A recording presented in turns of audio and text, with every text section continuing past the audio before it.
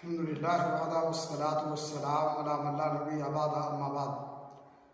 इस्लामी भाइयों, सफ़र में चूँकि मुसाफिर को अहल वयाल और अहबाब से जुदाई का सदमा होता है और सफ़र की मशक्क़तें और कठिनाइयाँ अलग बर्दाश्त करनी पड़ती हैं, इसलिए इसे अज़ाब कहा गया है। और मुसाफिर को चाहिए कि उसने जिस ज़रूरत के तहत सफ़र किया हो वो ज़रूरत जब पूरी हो जाए तो घर पलटने में और लौट आने में जल्दी करे।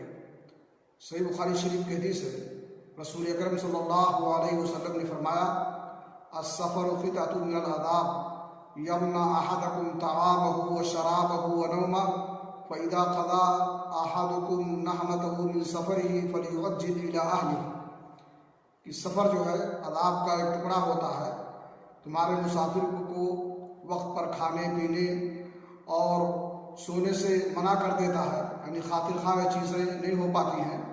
लिहाजा उसने जिस मकसद के तहत सफ़र किया हो वो मकसद जब पूरा हो जाए तो अपने घर को जल्दी पलट आए और लौट आए, ताकि वो तमाम तर परेशानियाँ जिन्हें वो दौरान सफ़र झेल रहा है और अंगेज कर रहा है उनसे उसको निजात मिल जाए। अल्लाह रब्बुल आलमीन से दुआ है कि अल्लाह ताला हम जब सफ़र करें तो सुन्नत के मुताबिक सफ़र करें और अल्लाह रब्बुल आलमीन हमारे सफ़र को आसान बनाए। वाह।